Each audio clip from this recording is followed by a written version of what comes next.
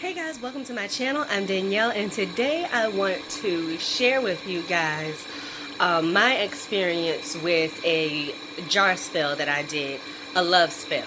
So this is it right here.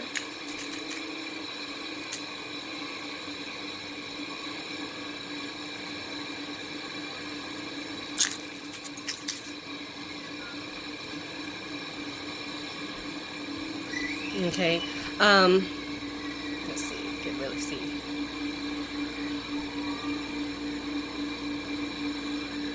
Okay, so that's my jar, and I made that jar back in February, and I just want to share with you guys my experience with it. If you're interested in doing a jar spell, especially a love jar spell, especially one like this where you can really get some movement going versus a honey spell where you can't shake it like that. I just want to share my experiences with you guys and let you know how things have progressed and how fast they have progressed. So like I said, I put that jar together back in February, and the next day after I put it together, I was sitting in bed. It was early in the morning. It probably wasn't even 24 hours yet that I got my first sign. And I was sitting in the bed and I was debating, okay, should I get up and work on this jar or should I go back to sleep? And like right when I'm thinking that question, I get a text from my husband. And I took that as a sign, and I really started, working that jar. A couple weeks later, I was getting more signs, and I would say movement. I put the jar together the end of February, like 20 something. And I, like around March 10th or so, I started seeing movement. And that's just what I'm paying attention to. Because if you're not paying attention, there's a lot of times that I'm,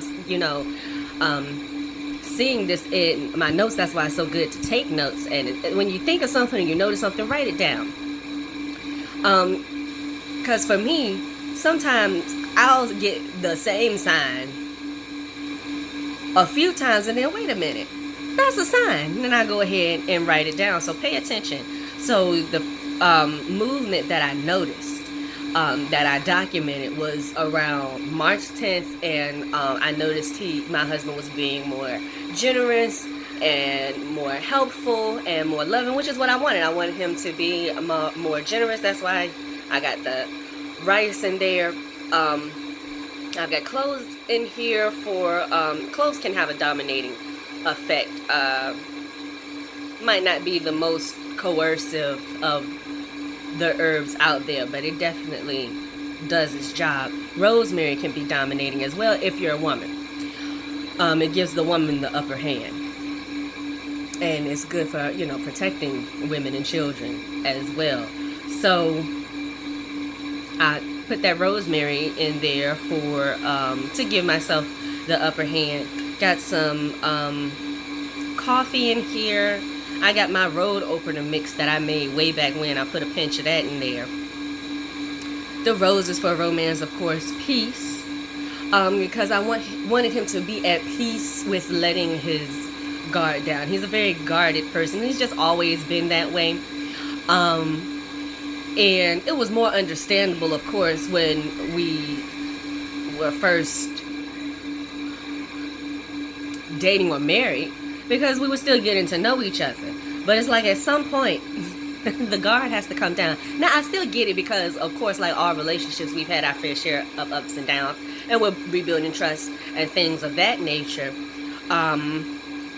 But he's just always been guarded, and I've always wanted him to be more vulnerable. I mean, we've got over a decade under our belt. I feel like I've paid enough dues that you can be a little bit more vulnerable, and I wanted that. Of course, I'm not trying to change the core of who he is. Just wanted some more vulnerability. He doesn't have to be the most vulnerable person. Doesn't have to do a complete 180. I'm not looking for that. But just within reason, be more vulnerable. And like I said, bringing in some passion, bringing in forgiveness, bringing in peace, generosity, romance, if I didn't just say that. So those were my intentions. So I was getting movement. And here recently, though, I feel like I'm in the results stage. More than movement or signs. We've been going out more. Like, he surprised me out of the blue, because we really don't go out much. Because it's hard for us to go out having 4 kids and just, going out just the 2 of us. So it wasn't just the 2 of us when we went out still, because we still got one that, isn't of school age yet. So he was there, but that's fine, of course. But, let me see. It was last week. He texted me, and it was an unusual text for him. Just, what are you doing? Ask me that for what? Same thing I do every. What you doing? The same thing I do every night. Well, same thing I always do. How'd it go? The same thing I do every night. Try to take over the world. I'm such a homebody. I'm always at home, with the kids. That's why I say it was unusual. What do you mean? What do you mean what I'm doing?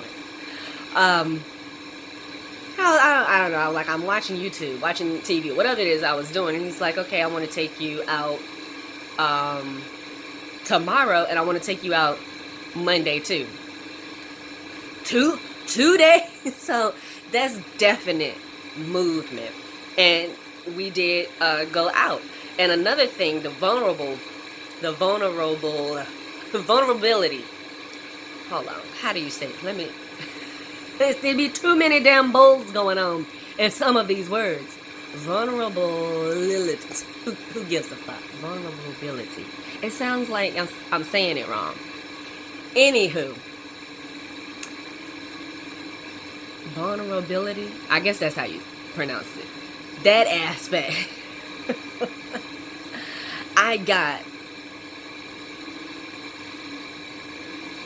I would say results on that. I wouldn't call that movement or a sign, although you could. I feel that what I saw is a result that he is letting his guard down, or like it's already happened. Because he did something he has absolutely never done in all the years we've been together. And this might seem like such a trivial thing to somebody, especially somebody that has been married as long as I have. But this is huge, because he never does this. He left the door open and peed. That, to me, is a sign of him being vulnerable. He never does that. He's never done that. He's a very private person. Even with something like that, it's like, okay, we've been living together for years. I mean, we've swapped spit and all manner of bodily fluids. Like, what is... what are we hiding here? So I felt that was a huge sign. But I just wanted to share with you guys how my timeline worked and what you might be able to expect. Like I said, if I didn't say it, I'm gonna say it now. I was thinking it. My experience is not the end all be all. It may not be your experience. You know what I'm saying? But this is what I experienced, and this is what can happen. Now, I would say maybe a honey jar definitely might take longer than that, because you really can't. You can't. I mean, you can shake the hell out of this. And that's movement. That's symbolic. That really gets things going. So you can't do that with a honey jar, so it might take longer. I say might because you could just really just sit down. You know you can't shake the jar, but you can really just sit with that jar and really just push all the energy into it, and be more aggressive with it, because it can tend to move slower. But this moved, I would say, a decent amount of time to be a jar spell. But again, I feel like it's the nature, it's the ingredients that I put in, and because I can actually shake it and move it around, that lent to its power. So yeah, just shy of 3 months, we're seeing results, and of course I'm going to keep working it, because the thing about jar spells, and I do want to say this and then I'm going to go, the thing about jar spells is, unless you break up with a person, or for whatever reason you no longer have those intentions, you no longer want whatever the purpose of that jar is, or unless you put some ingredients in there that are going rancid. I've got sugar in here and rice and dry ingredients. Unless some moisture slipped in, it's fine, and I don't see anything going on, because it definitely would have molded by now, being where it was in a dark place, but it hasn't done anything. So, you know, those are the only two reasons really, or three. If you no longer dealing with that target, number one. Number two, if you're still dealing with that target but your intentions aren't the same, you no longer want those same results, number two. And number three, if you have to get rid of the jar because something has gone bad. Otherwise, jar spells are permanent things. You never get rid of jars. And so because of that, that's why I say this is a continuous thing. It's not gonna stop. I'm gonna always want generosity and vulnerability and romance and passion and forgiveness and peace and all of those things in my marriage. So there really wouldn't be a reason for me to dismantle that. And plan your jar carefully, I would say. Make sure you got everything in there. I did open this once and I added a shell, and I'm so glad I did. My instincts told me to add a shell, and then I didn't know why, and it didn't dawn on me until like a few days later that I realized that shell was from a time we spent at the beach. And I'm like, that's perfect. No wonder my instincts told me to put it in there. So that was the only time I opened it. After that, so make sure whatever you putting in there, once you close it, that's it. I wouldn't advise going, you know, add a little thing, unless your instincts are really telling you. Don't just keep opening the jar though. To me, it's like you're letting the magic out. So unless it's something like you really, okay, I have to put it in there, I need it, I'm feeling a strong pull, or I meant to put it in there and forgot. Otherwise, just leave well enough alone. Maybe make another jar, but don't just keep opening the jar without good reason. And I mean, I feel a damn good reason. Also got some, hold on, you can see it. Trying to make sure it don't shift.